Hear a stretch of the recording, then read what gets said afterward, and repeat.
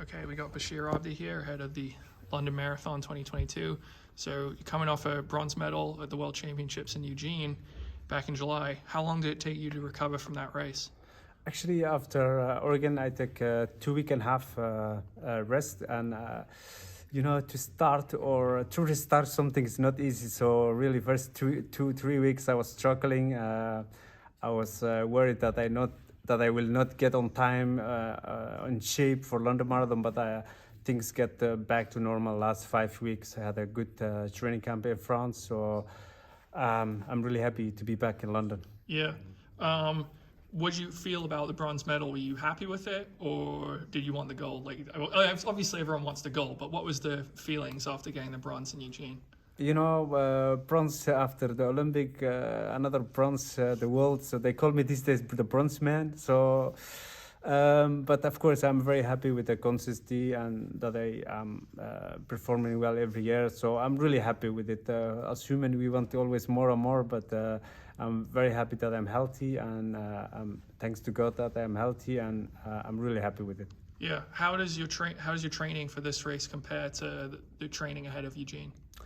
I think it was a little different. The weather was also different in the French Pyrenees. It was really mountain weather. One day was good weather, one day was bad weather. But I think overall I'm very happy where I am, and I'm very excited for Sunday. Yeah.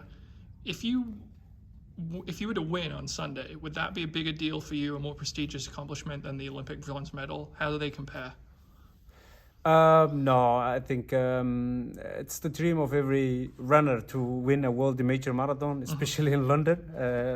London is that little more special, but of course there's nothing to compare with the Olympic medal. All right, so like back home in Belgium, it would be the bronze medal, you think, was a bigger deal than if you were to win on Sunday? Definitely, yeah. To get a medal for Olympic, you have to wait 4 years, and to get to win London, you can do if you are in a good position and healthy next year. Yeah. Where in France were you training for this race then? In Forum. Okay. So the French Pyrenees, that's my standard base place. And also Flagstaff, I love it, but it's not that nice as Flagstaff, but it's a great place to train. Yeah, so Mo, how long were you there for? I was there 7 weeks. 7 weeks, gotcha. Yeah. And were you training a lot? I mean, you train with Mo Farah. Were you running a lot with him in workouts? Like I know he's been injured, he has to withdraw, but how much were you training with him for this build-up? So we have same coach, we have training partners, so we do everything together, all trainings, only last 2 weeks been differently with the injury. Yeah, it's very sad that he's not here. Really, he was a great player, he was training well, and he was a great shape. When he ran the big half, he was still doing like 120 miles for that week, so it was more just like training, tempo training, the big half he run here.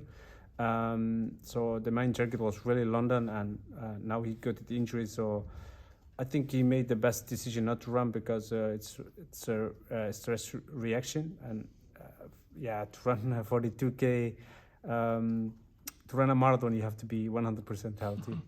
Do you think we'll see him next year then, racing? I hope so, definitely. Yeah, and do you think he's still going to be able to get back to the level he was in the marathon, when he won Chicago in 2018 or beyond that? Yeah, the shape he was now in France, I think he was a better shape than when he won in Chicago 2018. So I think definitely it's marathon is all about good preparation. Your preparation is very good, everything's possible.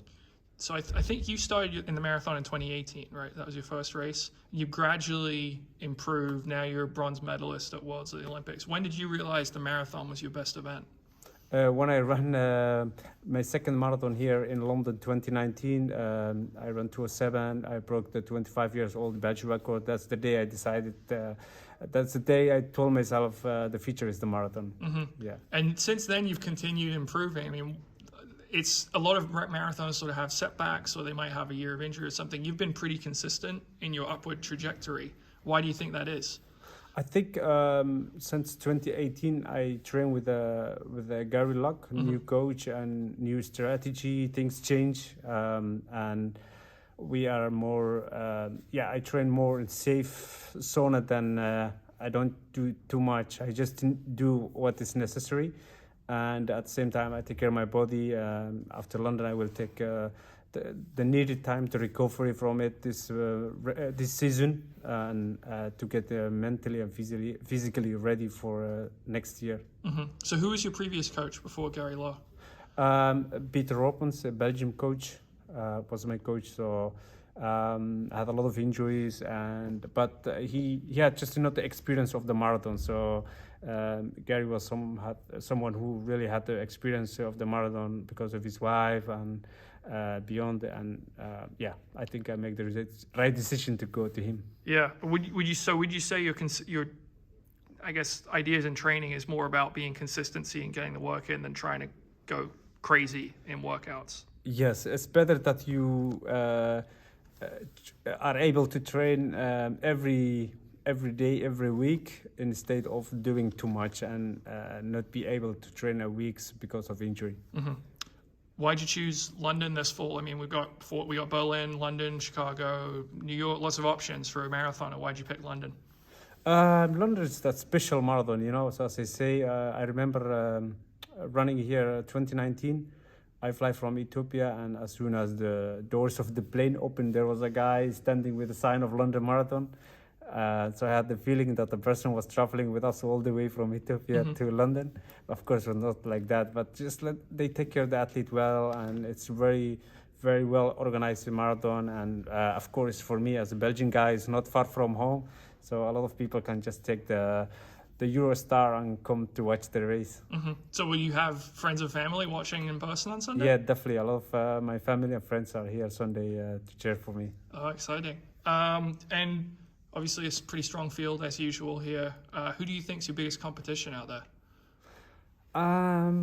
Yeah, it's difficult to say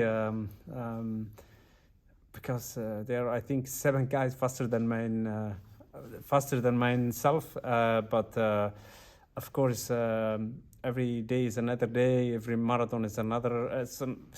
You cannot say because that person have a fast time that gonna be Sunday like that. But it's difficult to say who is the top favorite. Yeah. So what do you think? Do you have a prediction winning time? What do you think it's going to take to win? Because it looks like it's going to be pretty good conditions on Sunday.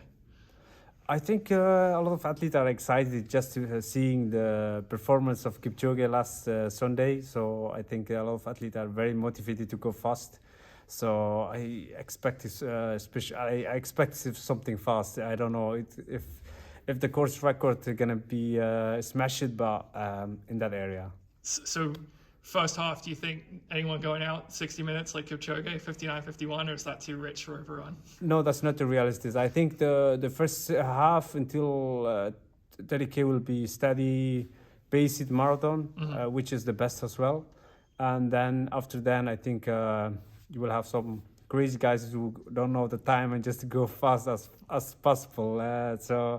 But I think at the beginning there is a time that is set by the organization, and I think everyone will stick with that. Do you know what that is yet?